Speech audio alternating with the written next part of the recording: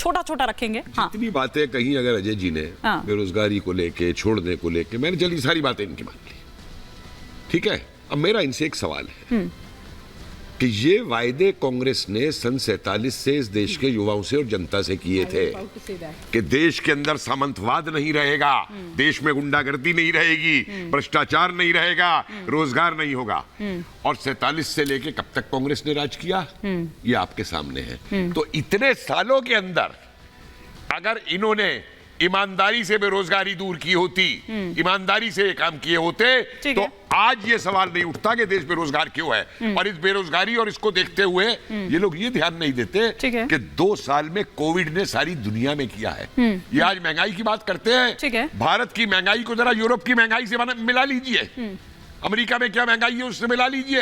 आज पीएम फिर कहां खड़े हुए हैं। ठीक है संजय जी, एक बार जवाब दे देंगे, आप ही के सहयोगी हैं, थोड़ा नहीं कर पाए अपने 70 साल के अंदर, तो दूसरों को कह रहे हैं 10 साल में कर दो। ठीक है संजय जी फिर थोड़ा सा टाइम प्रेम जी के लिए भी रखिएगा। हाँ बिल्कुल रख दो। मैं ये समझता हूँ देश को, पूरे मीडिया हाउसेस को, जो आज के वित्त मंत्री हैं सीतारमन जी, उनके पति देव का कुछ एक स्टेटमेंट आया है, अर्थशास्त्री हैं, बड़े अर्थशास्त्री हैं, और मैं समझता हूं कि देश की जनता तक वो संदेश पहुंचाना चाहिए। वो एक अर्थशास्त्री हैं, पढ़े लिखे व्यक्ति हैं और वित्त मंत्री के पति हैं, यानी वो देश के मतलब समझिए कि उन्होंने क्या तारीफ की है देश की और क्या हालात पे उन्होंने चर्चा किया है, ये देश के लोगों को बताना चाहिए उनकी स्टेटमेंट को।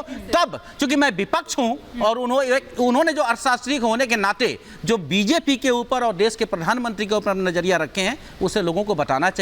और जो दूसरी बात आपने कहा कि पिछली बार भी कांग्रेस अपनी घोषणा पत्र लेकर आई थी, प्रभाव नहीं डाल पाई, उसका कारण क्या है हिमानी जी, वो आपको बेहतर मालूम है। जिस तरीके के परसेप्शंस तैयार किए जाते हैं, जनता तक जिस तरह की बातें पहुंचाई जा रही हैं, तो मैं समझता हूं ये देश के लिए दुर्भाग्यपूर्ण है। और यहाँ की तो बात है कि जनता वहां नहीं यहाँ विश्वास कर रही है। ठीक है क्विक रिएक्शन दे दीजिए, फिर प्रेम जी का रुख कर रही हूं।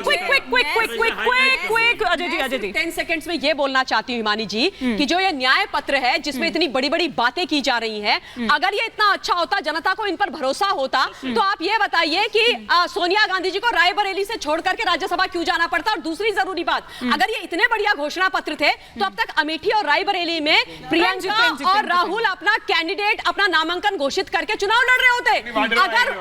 अगर जनता को इन पर विश्वास होता, आप खुद सोचो ना, ठीक है मुद्दे पर रहते हैं। अगर इन्होंने इतने साल से काम किया, प्रेम जी का फाइनल कमेंट एक प्रेम जी। मैं कह रहा हूं कि मुझे नहीं पता आप क्या दिखा रहे हैं और उसकी अथॉरिटी मतलब वो मैं नहीं ले सकती। सबसे समझदार जो है ना भारतीय जनता पार्टी है, उसको 80% का वोट चाहिए और वो बोलते हैं कि कांग्रेस को 20% का चाहिए। कांग्रेस तो मूर्ख पार्टी है, वो 20% से ही शासन कर लेगी। इतने दिनों तक देश में शासन हो रहा था, 20% से ही हो रहा था।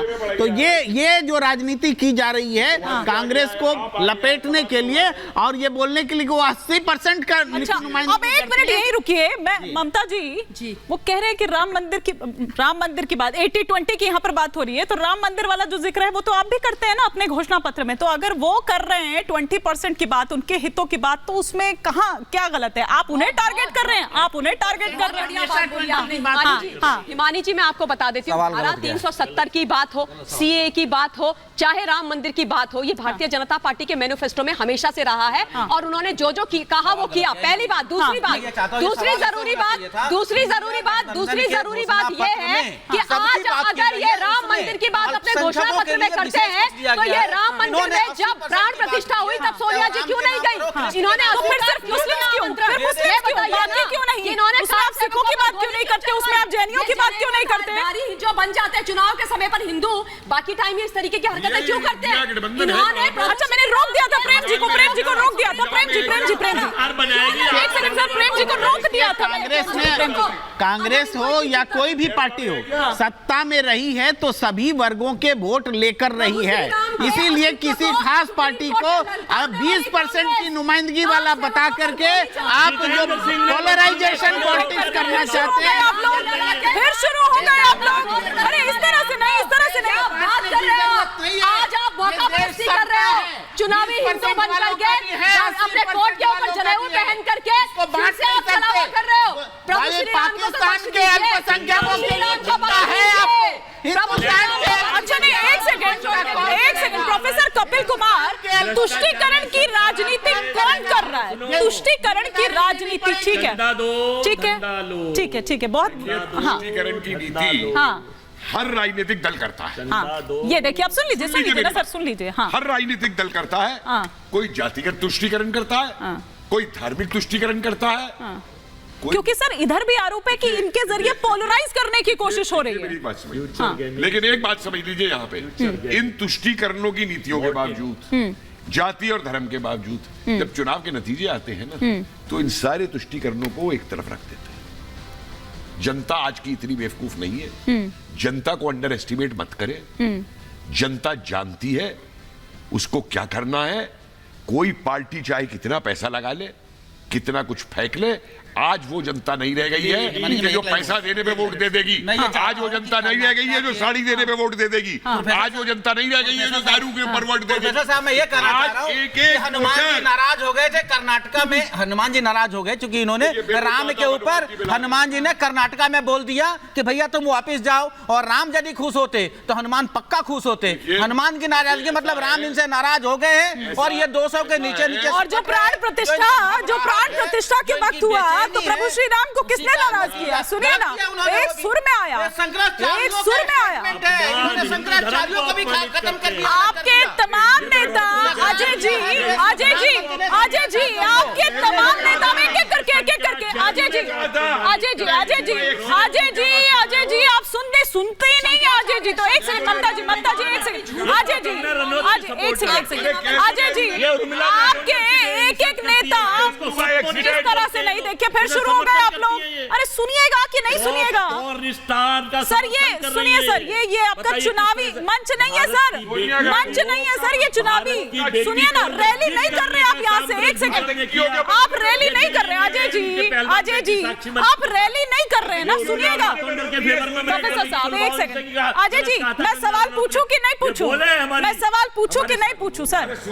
आपके तमाम नेता, आपके, सर मैं चली जाती हूँ, चलिए आप लोग कर लीजिए जो आपको करना है। मैं आप लोगों का शुक्रिया, बहुत बहुत शुक्रिया। अगर ऐसा है तो आप लोग आपस में कर लीजिए बात।